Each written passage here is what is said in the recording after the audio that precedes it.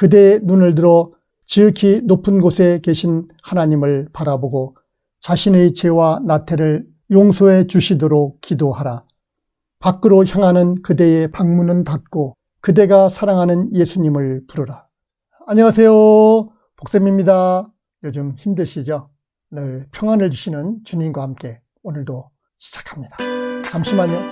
구독과 좋아요, 알림 설정 아직 못하신 분 마음을 담아 꼭 누르시면 여러분은 복덩이가 되시고 세상에는 빛이 됩니다. 자, 복덩이 여러분을 축복하고 사랑하며 블레스 유.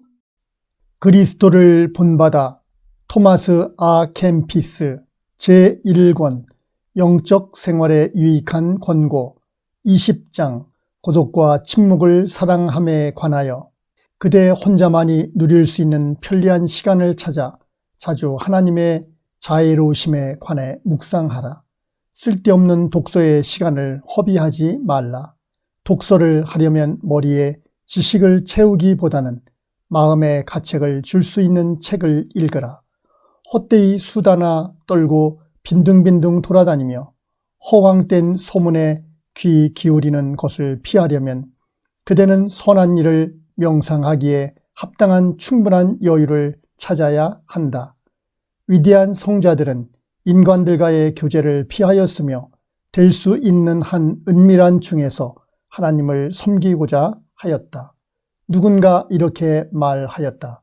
인간들과 자주 접촉하면 할수록 나는 예전에 비해 더 모자라는 인간이 되어 집에 돌아온다. 남들과 오래 이야기를 할 때 우리는 이 말이 사실임을 깨닫게 된다. 말을 한마디도 하지 않는 것보다 자기가 해야 할 말 이상의 말을 참고 하지 않는 편이 더 어렵다. 집에 혼자 남아있는 것보다 밖에 나가서 자신을 잘 지키는 일이 훨씬 더 어렵다. 그러므로 좀 더 내적이며 영적인 신앙의 보화를 얻고자 하는 사람은 밀어닥치는 많은 무리를 떠나 예수님과 함께 한적한 곳으로 가야 할 것이다. 밖에 있으면 누구도 안전할 수 없다. 사람들의 눈을 피해 집안에 유할 때 즐거이 안전을 누릴 수 있다. 말이 많은 사람은 안정될 수가 없다. 기꺼이 침묵을 지키는 자만이 안정될 수 있다. 남을 다스리는 자는 결코 안전할 수 없다. 오직 기꺼이 다스림 받는 자만이 안전할 수 있다. 남에게 명령하는 자는 결코 안정될 수 없다. 곧게 순종하는 법을 배운 자만이 안정될 수 있다. 자기 안에 선한 양심의 증거를 갖고 있지 않는 한 어느 누구도 마음 놓고 즐거워할 수 없다. 성자들은 항상 하나님께 대한 온전한 정의를 자신들의 보장으로 삼았다. 그들은 내적으로 항상 겸손하고 자숙하였는데 이로써 외적으로는 은총과 크나큰 덕을 드러내 보였다.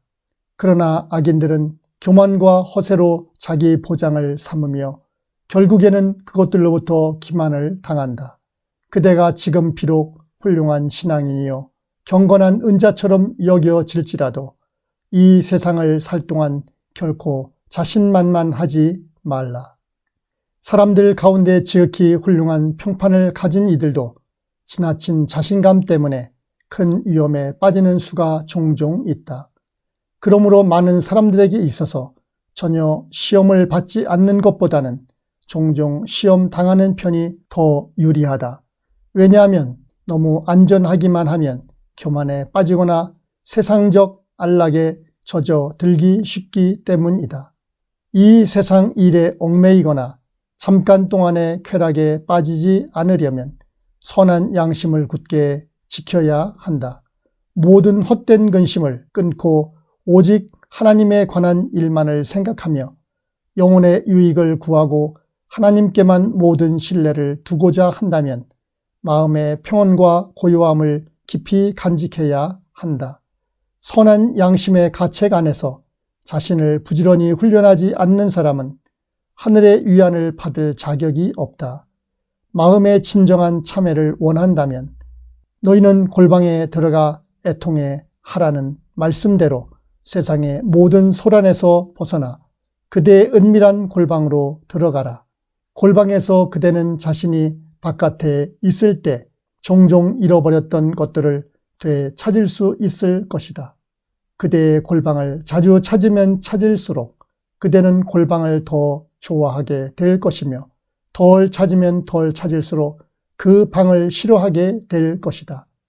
만약 그대가 회심 초기에 골방에 들어가 있기를 좋아했다면 이를 계속 지키라.